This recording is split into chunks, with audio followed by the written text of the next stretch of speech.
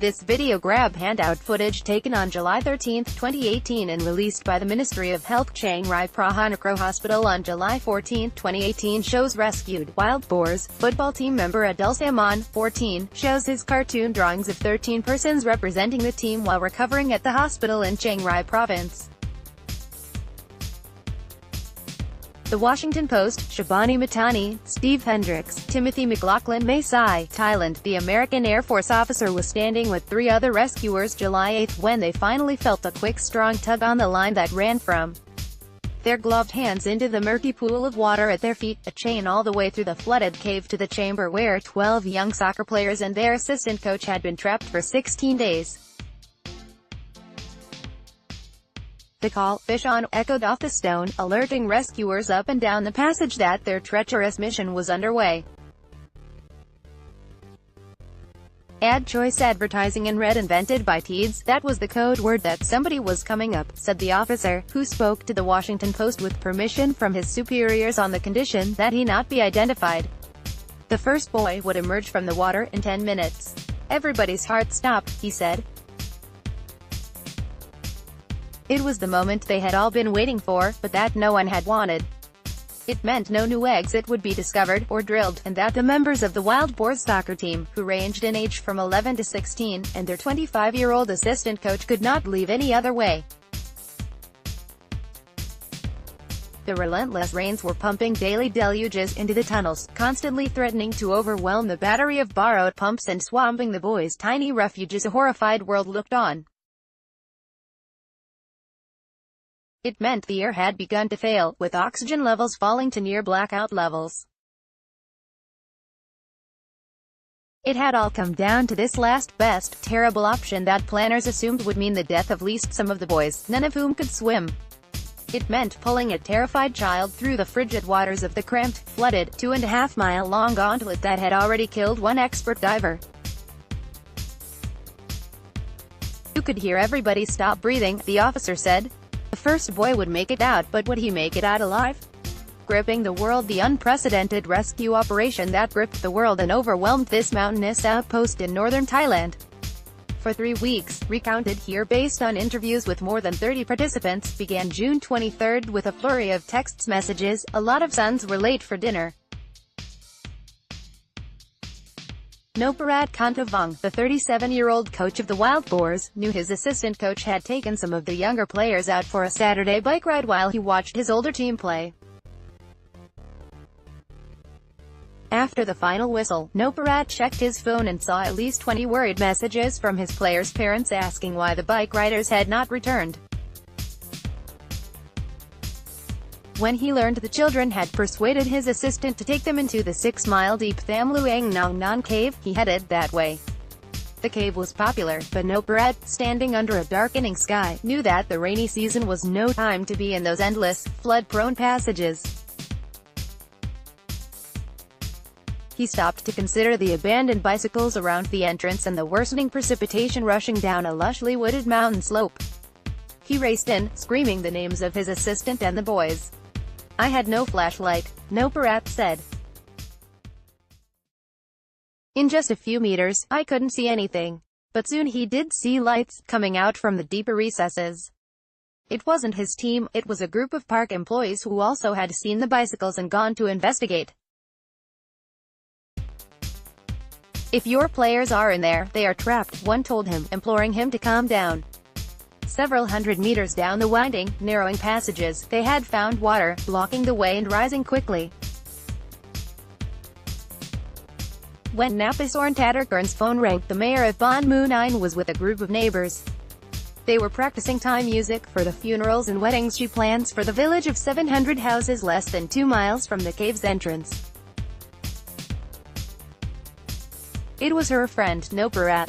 "I think my boys are in the cave," he said. "Can you help?" The first responders to a crisis that would soon captivate millions were the musicians in her yard, Napasorn said. At the cave's entrance, they found Noparat pacing frantically in the fading light. He looked very concerned, Napasorn said. While no parade in the village, residents made another trip in Napasorn called the Siam Ruamjai, the local volunteer emergency squad based in the Pink Building a few miles down the main road. "I've been in the cave before," said Nawa Tumploy, 27, who took the call. "But only when it was dry. In the rains, that is a bad place." 10 volunteers jumped in an ambulance in the back of a pickup. At the cave, 5 joined the growing crowd at the entrance. 5 went in, including Noah. The rain had become a torrent. Water in the passage was up to their ankles even before they reached the watery impasse. Within 2 hours, it would be nearly to their waist. "There was nothing we could do," Noah said. "We needed the big guys." SEAL team arrives. The governor of Chiang Rai province, Narongsak Osatnakorn, weeks away from being transferred to another part of the country, was getting ready for bed when he got word of the missing kids. He assumed it was just some boys in the cave, no big problem, he told the Washington Post. Chiang Rai Governor Narongsak Osatnakorn L. speaks during a press conference at a makeshift press center in Mae Sai district of Chiang Rai province on July 11, 2018, Yeongtu, AFP, Getty Images. But after changing from pajamas to drive the 38 miles to the cave, he knew differently. Within hours, the first members of the Thai Navy SEAL team arrived and went into the water. Thai SEALs practice rescues in open water. They were unprepared for dark muddy currents running between sharp rock walls. Feeling their way along the jagged edges, they turned back. A bigger group tried again, but when they reached an intersection in the narrow passage, they were baffled. The cave was a maze, and the water was rising. "We could not fight with the weather or the water anymore," said Aparkorn Yukongkyu, the Thai Navy SEAL commander in charge. A radio reporter arrived from Mae Sai. Word began to spread. By daylight, local people were bringing food, a corps of volunteer cooks that would swell to more than 100. A truck arrived with a small industrial pump, which workers carried to the edge of the flood. The right idea at the wrong scale. They were pumping, but they were not enough to handle so much water, said Kobjibun Orana, a Thai disaster management official. The rains were getting harder.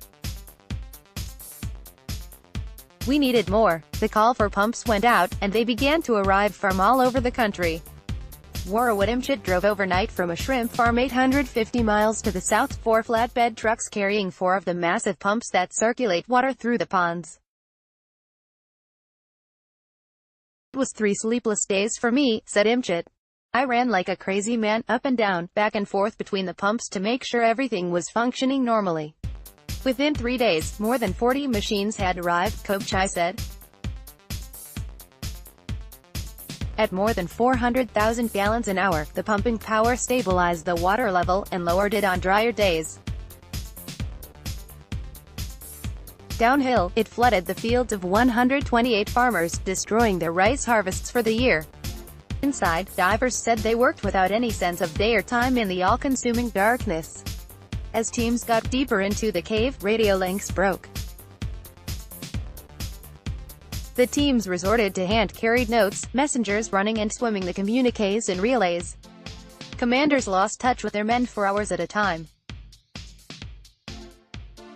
Asaf Simerli, an Israeli living in Bangkok, arrived with radios flown in from Israel that could operate within the cave, adjusting to the topography and creating a daisy chain-like network. Just the shallow foray he made into the water to establish the system was daunting. "If you look to your right or the left, the mask will be pulled off your face," Simerli said. Even when they could talk to each other, searchers did not know where to look or how to find their way. The SEALs would find themselves essentially lost after hours-long dives, with still no sign of the young boys. On June 27, fast-rising waters filled the cave, so fast that it would be the equivalent of a house flooding in 10 minutes.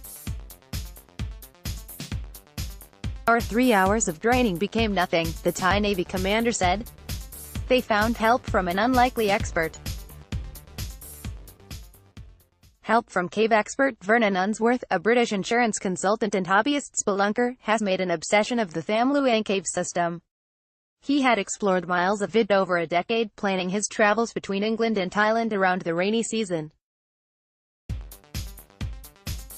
He was convinced that the base were looking in the wrong place. Unsworth had strong views on where to look and who should be doing the looking. "Time is running out," he wrote in a letter to the governor, according to Unsworth's wife. He listed the names of 3 British cave divers he pegged as the best in the world. "Please contact them through UK Embassy ASAP," the Thai government agreed. Within days, his Brits were in the cave, and a search that most had given up as futile took an electrifying turn. On July 2, Rick Stanton, a former firefighter, and John Volondan, an IT consultant, used Unsworth's maps to reach a chamber more than 2.5 miles from the entrance. When their headlamps emerged from the water, they reflected in 13 pairs of eyes that had not seen sunlight in more than 200 hours. Divers found the members of a trapped soccer team in a section of Tham Luang Cave in Khun Nam Nong Non Forest Park on July 4, 2018 in Chiang Rai, Thailand. Photo by Thai Navy SEALs via Getty Images. The boys and their coach were alive after 9 days of pitch-black isolation, 6 without any food. Clinging to a slippery slope 15 feet above the current, they had licked water droplets from the limestone walls. Their assistant coach, Ekapol Chantawang, a former Buddhist novice monk, taught them to meditate to keep them calm. "How many of you?" 13. "Brilliant," Volondan said. He assured them, "Navy SEALs will come tomorrow, with food and doctors and everything." Instantly, a search had turned into a rescue. Hundreds of volunteers and military personnel clogged the mountain roads to the cave, an ad hoc battalion of experts and adventurers from around the world. More than 1,500 journalists descended on the small town, racing to feed an insatiable interest in the scrappy teammates, some of whom were stateless migrants from a lawless region of neighboring Myanmar. The boys, assumed lost, now had a fighting chance to make it. Their families, who had been keeping vigil in a muddy encampment outside the cave, were jubilant. Piata Chermuan, 16, came from the same village in Myanmar as Adul Saman, the English-speaking boy able to communicate with the British divers. They lived in the same Christian church with 20 other refugees, most of whom were sent to Thailand by their parents so they could go to school. Adul, 14, one of the Wild Boar's best players, speaks 5 languages. "We were praying for him when the teacher ran in and said they had been found," Piata said. Outside her classroom, a string of photos of Adul hung like prayer flags. "Thank God. We cheered so loud." At the cave, activity exploded.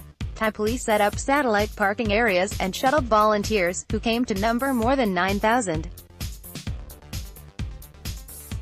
Commanders established one-way traffic lanes within the cave. Deeper in the chamber, 4 SEALs kept watch on the boys as their comrades ferried in field rations and water. But how to help? Ideas came from every corner, a network of corrugated pipes the boys could crawl through, floating them out in body bags. Billionaire entrepreneur Elon Musk began construction of a custom kid-sized mini-sub. But rescuers were focused on 3 possibilities: diving, drilling and waiting. Multiple crews scoured the slopes for a spot to bar an access hole. After testing more than 100 sites, only 18 were deemed even remotely viable. And even drilling into the right hole could cause a deadly cave-in. SpaceX crew members test Elon Musk's mini-sub at the pool at LA Unified's Palisades Charter High School. Waiting out the rains was quickly dismissed by many of the rescuers. Unsworth cautioned them that flooding from northern Thailand's monsoon season can last into winter, raising the possibility that the kids and their guardians would be perched on the cold, dripping slope for 5 months. Feeding them would require some 2,000 meals. And oxygen was proving to be a critical need just 2 days in. With more adults in the cave, O2 levels were dipping. Saman Kunam, a retired Thai Navy diver, was working to fix that on the night of July 6. He and his team were staging oxygen tanks along the flooded passage, with tubes to pipe it to the boys' chamber. Navy commanders paced outside the cave's mouth as hours dragged by without word from the team. The divers finally emerged 7 hours later, carrying a lifeless body. Saman's own tank had run out. After officials announced his death at a morning briefing, even some of the boys' families questioned the viability of having their sons dive out. He suggested that waiting for the dry season might be best. No Barat, the coach, told the Washington Post. The jubilation that erupted after the boys were found drained away. Pravath Jadyanukarn, the robed abbot of the hilltop Buddhist monastery where the assistant coach often slept, penned a short letter to the young man, slipped it in a plastic tube and gave it to a Thai diver who promised to carry it in. "Be patient. Try to build your encouragement from the inside," it read, according to the abbot. "This energy will give you the power to survive." Inside the cave, though, were 12 soccer players, still trapped in deteriorating conditions. Preparations for a water exit were building. Rescuers built a mock-up of the tight passage with chairs. They practiced with local boys of the right size in a school swimming pool, perfecting the muscle memory they would need in the cave, said the U.S. Air Force officer. Inside the cave, the boys and their coach told the rescuers they were ready to go. They were the ones who needed the least convincing, said U.S. Air Force Maj. Charles Hodges, who led the American team and was so new to his new posting that his belongings had not arrived in Okinawa, Japan. On July 6, the American military and Thai SEALs took a jointly concocted plan to senior Thai government officials. The Interior Minister was among those who arrived at the cave entrance by motorcade. Using Unsworth's maps and his understanding of the chamber's topography and hydrology, they pressed their point to about 60 representatives from the civilian government. It was time to act, even though they fully believed that some of the boys would not survive the swim. Their message: save most of them now or lose all of them soon. "You can wait until that finite window of time is over," Hodges said he told Thai officials, "and I can almost guarantee you that all of them will die." The Thai Interior Minister requested that Hodges and about 8 others go into a private room. He wanted to hear their plan again. Hodges explained the mission's 2 parts, emphasizing it would take an entire day of preparation before the first boy would be pulled through the water. The phase would continue to search for a drilling site if the diving plan failed. The rescue: they got their green light. On July 7, 2 weeks to the day since the boys went missing, the rescue plan, while not publicly acknowledged, was underway. Air tanks were stashed along the muddy passageways, enough for the 12 boys, their coach, the 4 SEALs who had embedded with them, and the 18 divers who would carry them out. Riggers strung a web of static ropes for hoisting the cocoon-like stretchers over vast fields of jagged rocks. This handout video grab, taken from footage released by the Royal Thai Navy on July 11, 2018, shows rescue personnel carrying a member of the Wild Boars Thai youth football team on a stretcher during the rescue operation inside the Tham Luang Cave in Khun Nam Nong Non Forest Park in Mae Sai District. AFP photo, Royal Thai Navy by 10:30 a.m. On July 8, the core team of 18 divers was in the water, among them, Brits, Thai SEALs and diving buddies from the Gulf of Thailand beach resort of Koh Tao. One group made its way to the final chamber. By the time the divers emerged, the players and coach, as Ekbal was known, had elected the boy who would go first. Officials have refused to identify him, but friends and parents said he was Makal Boonpaim, a 13-year-old with a lucky name, the auspicious one. The wetsuit, the smallest they had, still did not cling to his emaciated frame like it should. Readied the mask, attached to a tank filled with 80% oxygen. The rich mixture would saturate his tissues, making him easier to revive if he stopped breathing. Richard Harris, an Australian anesthesiologist and cave diver, gave the boy a final assessment. The boy was given what Thai and American participants described variously as a muscle relaxant or anti-anxiety medication. A panic attack in a choke point bigger than a manhole would almost certainly be fatal. Finally, the boy was swaddled in a flexible plastic stretcher, akin to a tortilla wrap, Hodges said, to confine his limbs and protect him from the cheese grater walls. And then, with his teammates watching, they pulled him under the murky water. The original plan had called for 2 divers, one in front of the stretcher, one behind. But that configuration was scrapped as too bulky for the shoulder-width passages and elbow turns. Having that second person provided you nothing, the U.S. Air Force officer said. Instead, a diver kept the swaddled boy in a body-to-body clinch for as much of the swim as possible, the officer said, handing the boy over to a fresh diver after his designated stretch. Keeping the child warm was critical. Even then the divers would get cold, the Air Force officer said. That is a lot of time in the water, and water is constantly running in there because of the flow, so that pulls that body heat away even if you have a wetsuit. The worst portion of the swim was the last one, a deep tubular swoop that held the water like a sink trap. All told, it was a grueling 2-hour trek through muck-filled passages. It is crawling through mud and underwater tunnels, and you can't see your hands, said Eric Brown, a Canadian diver who was among the 18. But it was the end of the deadliest part. Fish on. The divers lifted the boy, and the crew at the edge of the water pulled him out. Their dry, final passage out was lined with more than 100 rescuers. One of them, the U.S. Air Force officer, put his ear to the boy's mask. He was breathing. And now, the rescuers could, too. It was a huge weight off our shoulders, the officer said. They got 3 more out that day, 4 the next and 5 on the last. They were hard to distinguish with their face masks, apart from Kochek, who still had his wolf-shaped ring on a finger. With each repetition, they grew more efficient. On July 10, a helicopter's lights shone down on the town of Mae Sai. Its were breaking through the night sky.